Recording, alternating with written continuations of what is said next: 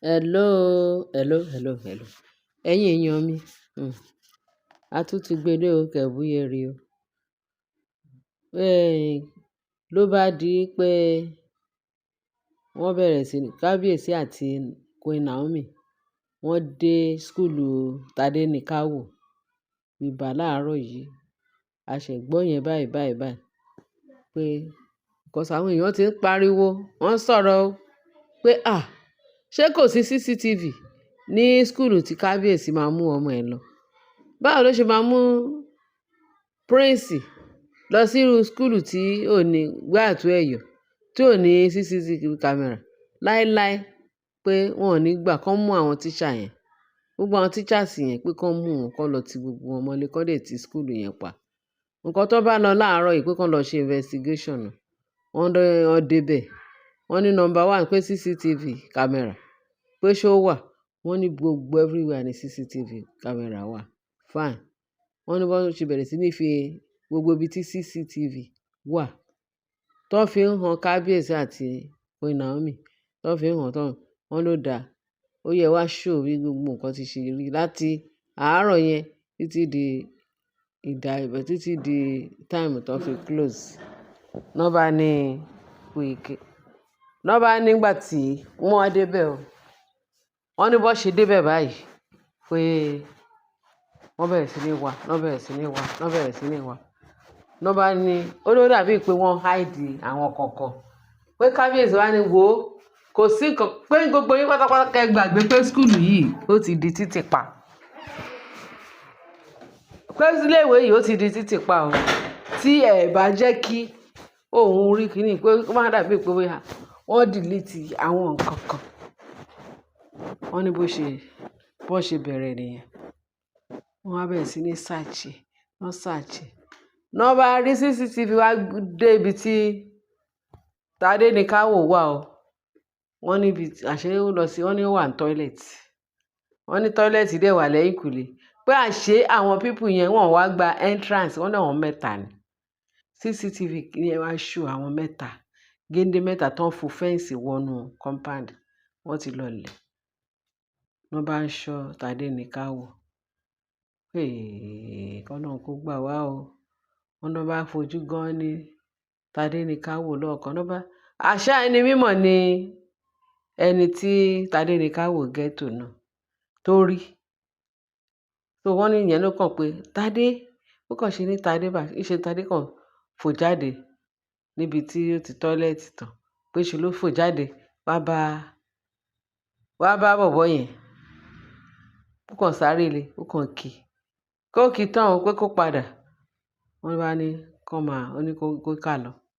Pé wọ́n bá wọ̀ lọ. Ó wá ní kán fòun sílẹ̀ pé wò bí ọmọ yẹn ṣe ń ṣe. No, I'm going back to my class. I'm going back to my teacher. My teacher will talk. Let me go and meet my teacher.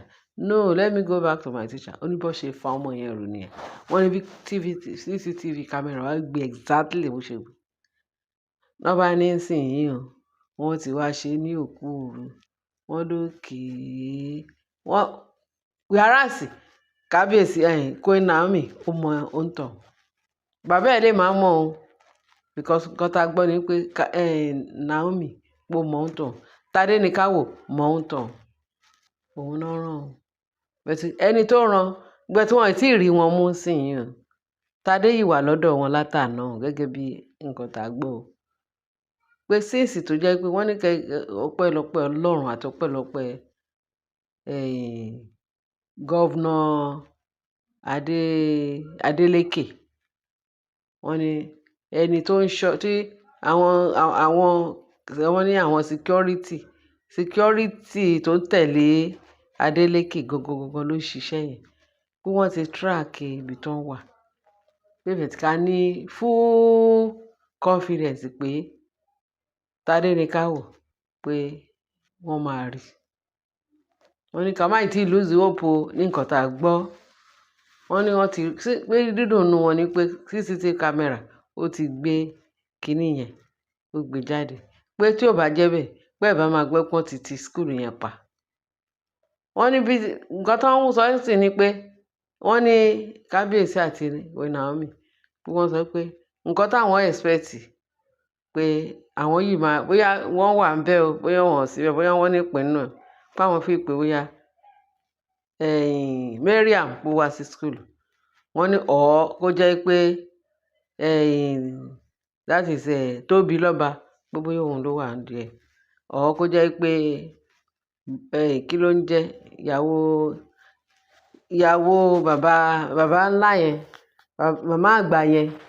màmá àgbà tó ju kábíyèsí lọ fíofío, that is ìyàwó kábíyèsí jàre, kì í ṣe ìyàwó bàbá, ìyàwó kábíyèsí gangan, kí lorúkọ ẹ̀, Rónkẹ́.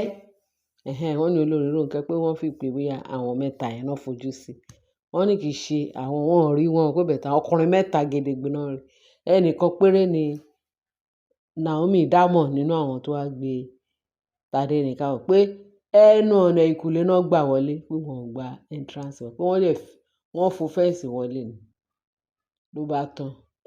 So bàbá ní ká gbé wá sí etígbọ̀ wa kẹ́ lè mọ bó ṣe ń lọ, pé ṣùgbọ́n Tádéníkàwò yìí wà lọ́wọ́ wọn, pé wọ́n ní ká ní ìbàlẹ̀ ọkàn pé wọ́n máa rí Tádéníkàwò, pé wọ́n lè track ní ibi tí wọ́n wà now báyìí pé ká ní fọkànbalẹ̀, pé a fi ọkàn ara wa balẹ̀ pé ó máa di mímú jáde.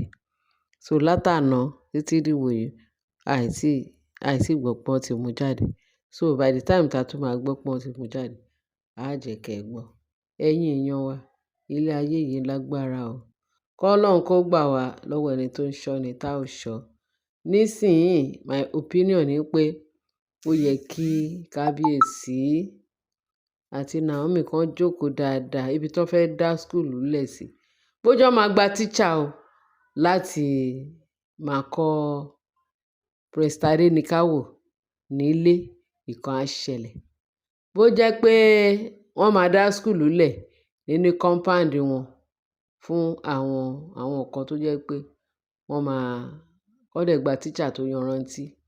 Gbogbo syllabus tó wà ní nursery and primary àti ní schools kàn gbà sí ìkáwọ́ wọn ibi tó fẹ́ dá school lẹ̀. Ó lè jẹ́ láàfin kábíyèsí o, ààfin kábíyèsí náà ló yẹ kó jẹ́, torí Naomi yìí ń padà sí ààfin lágbára Kristi Jésù. Wọ́n ní on the 29 this month náà sọ pé wọ́n fẹ́ ṣe fún one ritual yẹn tó fẹ́ ṣe. Wọ́n ní èyí tó jẹ́ pé ńṣe ni àwọn olórí tó ń fi force ń wọnú ààfin láì ṣe pé kábíyèsí retain wọn. Bẹ̀tẹ̀ a ti ń gbọ́ pé ó dàbí pé iná ti ń jó wọn láàfin, wọ́n ní bẹ̀tẹ̀ Mariam sọ pé òun ò níbi lọ, kó tó bá máa gbà náà máa fún un. Bẹ̀tẹ̀ wọ́n ní kábíyèsí àti àwọn kan wọ́n ti ń ṣe arrangement. Ṣọ́wọn náà ju Ọlọ́run lọ ni? Gbogbo wọn náà máa fọ́n dàgbà.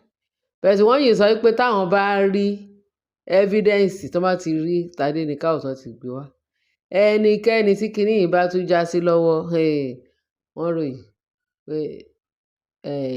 Gọ́vnà Adeleke pé gbẹ̀gẹ̀rẹ̀ máa gbiná, torí eléyìí ti lágbára jù. Wọ́n ti fẹ́ pa kábíyèsí lóye, wọ́n fẹ́ pa Naomi lóye. Bẹ̀tẹ̀ Ọlọ́run ọba ìyanu kò ní jọ fún wọn. Ẹ̀mí mímọ́ máa dúró ti Tádéníkàwò níbi tó wà. Àwọn áńgẹ́lì ti sọ̀gbà yíká. Àwòmọ́jú ni adìyẹ máa ń mọ́ àgbàdo inú ìgò. Wọ́n ṣe bí Tádéníkàwò ṣe wà ní ìkáwọ́ wọn bẹ́ẹ̀, àwọn áńgẹ́lì wà ńbẹ̀ lágbára Kristi Jésù. Ẹ̀yin èèyàn mi, ẹ ṣé gan bẹ́ẹ̀ ṣe ń tẹ́tí sí wa. Lágbára Ọlọ́run, ìró ayọ̀ la máa gbọ́. Ẹ ṣé gan bẹ́ẹ̀ ṣe ń tẹ́tí sí wa. Láyọ̀ o.